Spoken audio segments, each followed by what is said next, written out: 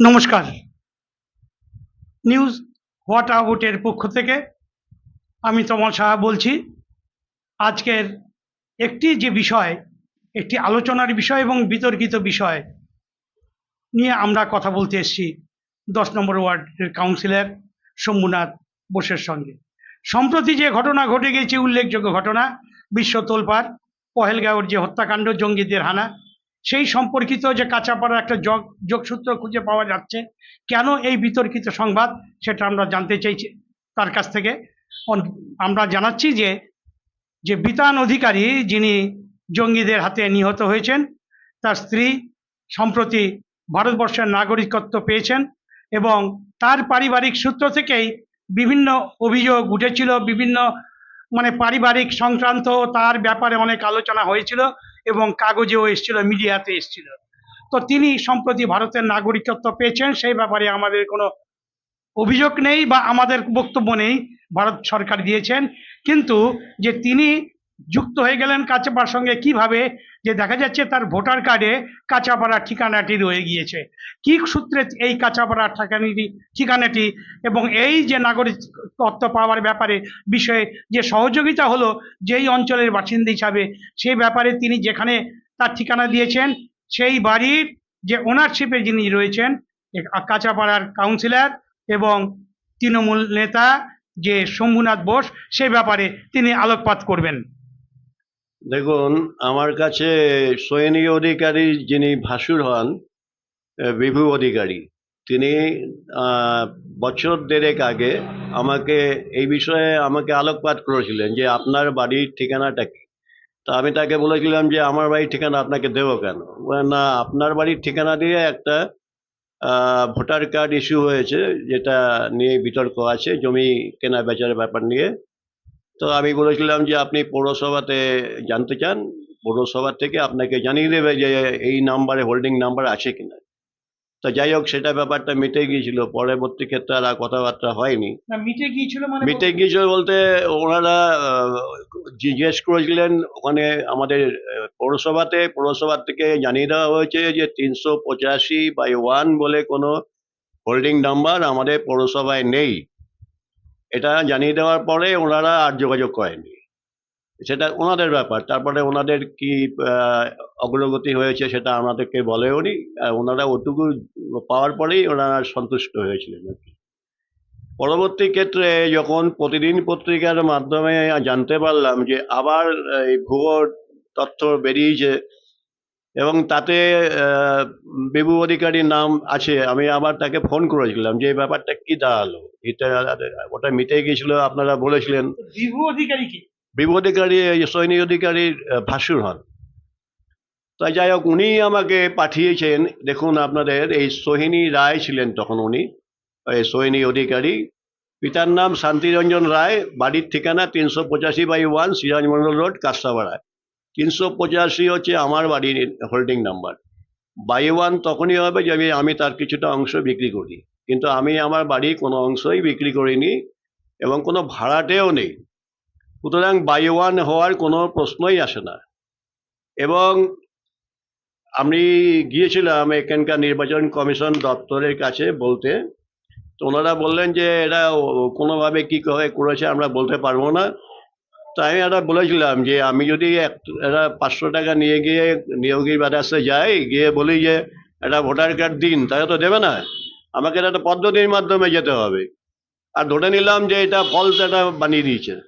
কিন্তু তাহলে এই ভোটার লিস্টের মধ্যে দেখুন, আমাদের নামের পরেই কিন্তু ওদের দুজনের মা এবং মেয়ের নাম, মানে সোহিনী রায় এবং ভারতী রায়, এই দুজন মা, ওনার মা এখন বাংলাদেশ চলে গেছে শুনেছি।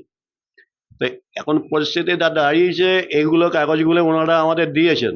আমি সংবাদ প্রতিদিনে চিঠি পাঠিয়েছি এবং সব ডিটেলস পাঠিয়েছি যে আমার কাছে এরকম ব্যাপার আসছে। আপনারা, আমার বাড়ির বা কোনো প্রশ্ন নেই, আমার বাড়ি 385, তার মধ্যে কোনো রকম ব্যাপার আসছে না। কিন্তু 1টা হওয়া মানে আমার সম্পত্তিটা একটা অংশ বিক্রি হয়েছে, এটা প্রমাণিত হওয়ার ব্যাপার আছে।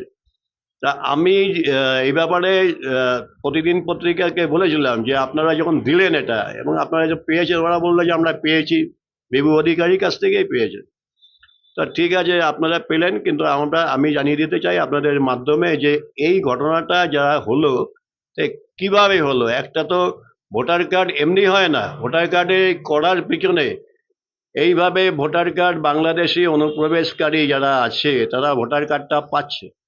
আজকের দিনে দাঁড়িয়ে দেখুন যে মামলা চলছে, বিতান অধিকারী মারা যাওয়াটা দুঃখের, কিন্তু তার স্ত্রী আজকে বিধান অধিকারীর স্ত্রী তার ছেলেকে সামনে এনে একটা সেন্টিমেন্টাল ইস্যু খাড়া করে দিয়ে এবং শুভেন্দু অধিকারীর সাথে শুভেন্দু অধিকারীর সহযোগিতায় আমার মনে হয় নাগরিকত্বটা পেয়ে গেলেন। আমরা নাগরিকত্ব নিয়ে যখন এত গন্ডগোল চলছে সারা ভারতবর্ষ জুড়ে, এনআরসি এসব হচ্ছে, সেই জায়গায় দাঁড়িয়ে একটা বিতর্কিত মহিলাকে কি করে নাগরিকত্ব দিয়ে দেওয়া হলো, এই প্রশ্ন তো একজন রাজনৈতিক নেতা হিসাবে আমার থাকবেই। যদি সহজ সরল কোনো ব্যাপার হতো তাহলে আমার কোনো ব্যাপার ছিল না, বলার কথাও ছিল না।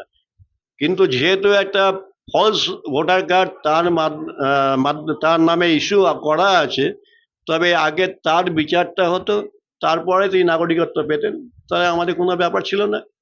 কিন্তু দেখা গেল যে তার কোনো বিচার হলো না, বরঞ্চ তার পুরস্কার পেলেন। তো আমি যেটা বলতে চাইছি যে এই যে ভোটার কার্ড ইস্যু হলো, হুম। তার আগে এই ঠিকানাটা ভেরিফিকেশন হলো না, তার তো নির্বাচনী দপ্তর মিউনিসিপ্যালিটির নিচেই রয়েছে। তো এই দপ্তর ব্যাপারে আপনি এটা, কমিশনার, এটা হ্যাঁ হ্যাঁ আপনি হওয়ার পর তারা আপনাদের কাছে গিয়েছিলেন? হ্যাঁ, গিয়েছিলাম, তখনও একবার বলেছিলাম, তখন ওরা বলছে আমাদের কাছে নেই। এবং এবারও আমি গিয়ে বলেছি, বলছে যে দেখুন কোথা থেকে হয় এটা আমরা জানি না, আমাদের কাছে কোনো এখানে কোনো ইয়ে নেই, মানে এভিডেন্স নেই। এনারা এইটুকু অবধি আমাকে বলেছে, আর কিছু বলেনি।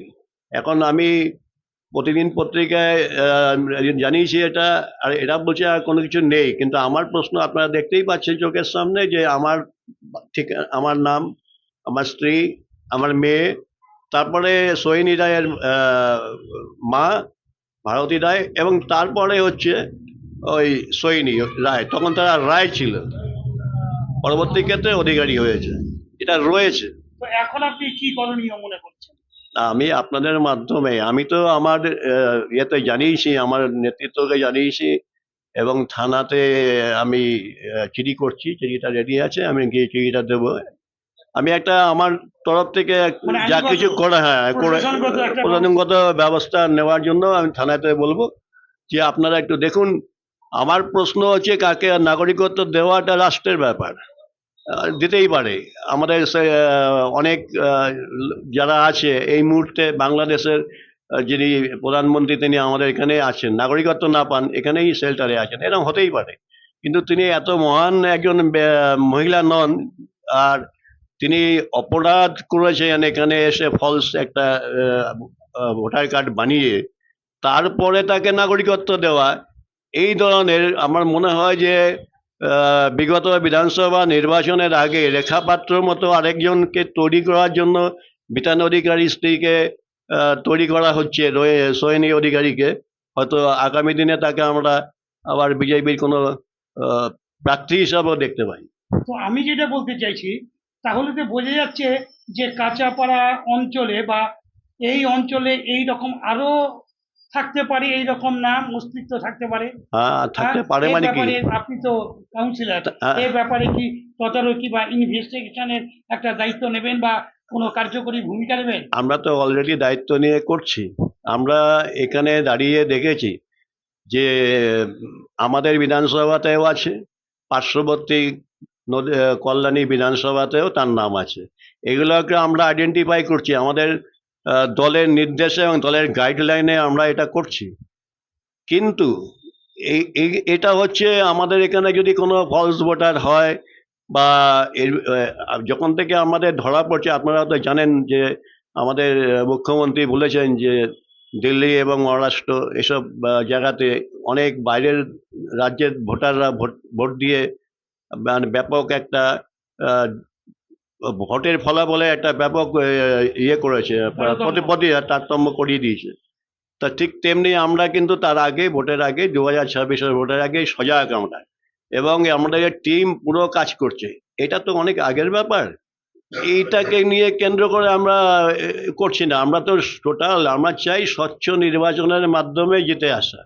ভোটার লিস্টে কারচুপি করব, ভোটার লিস্টে বাইরের রাজ্য থেকে লোক নিয়ে এসে ঢুকিয়ে দেবো, মানে বিজেপি জেতার কোনো সম্ভাবনা নেই বলে এখন যা খুশি তাই করার চেষ্টা করছে। আমার মনে হয় তারই একটা প্রতিফলন হলো এটা। তো সোমনাথ বসু এই কথাই আসলে বলতে চাইছেন যে ভারতবর্ষে তার আশ্রয়ের একজন নাগরিকের আশ্রয়ের অস্তিত্ব নেই। তিনি আসলে কোথায় ছিলেন, এই ভারতবর্ষের কোথায় তার অস্তিত্ব নেই, এবং তা সত্ত্বেও কি করে একটা মানুষ যার নাকি ভারতে অস্তিত্বের কোনো রকম প্রমাণপত্রই নেই, তিনি কি করে নাগরিকত্ব পেয়ে যাচ্ছেন, এই প্রশ্ন তিনি তুলছেন। এবং তিনি এটিও মনে করছেন এবং প্রায় স্বীকারই করে নিয়েছেন যে বীজপুর বিধানসভা অঞ্চলে এই রকম আরও নাগরিকত্ব থাকতে পারে, অর্থাৎ এই রকম যাকে বলি আমরা ফলস ভোটার থাকতে পারে, যে বাংলাদেশি মানুষ এইখানে নাগরিকত্ব নিয়েছে, সেইটা তারা টিম ওয়াইজ একটা ছাম্মিং করছেন বলতে গেলে, যে এইগুলো তারা খুঁজে বার করবেন। আপনারা দেখতে থাকুন নিউজ হোয়াট অ্যাবাউট, আমাদের পাশে থাকুন।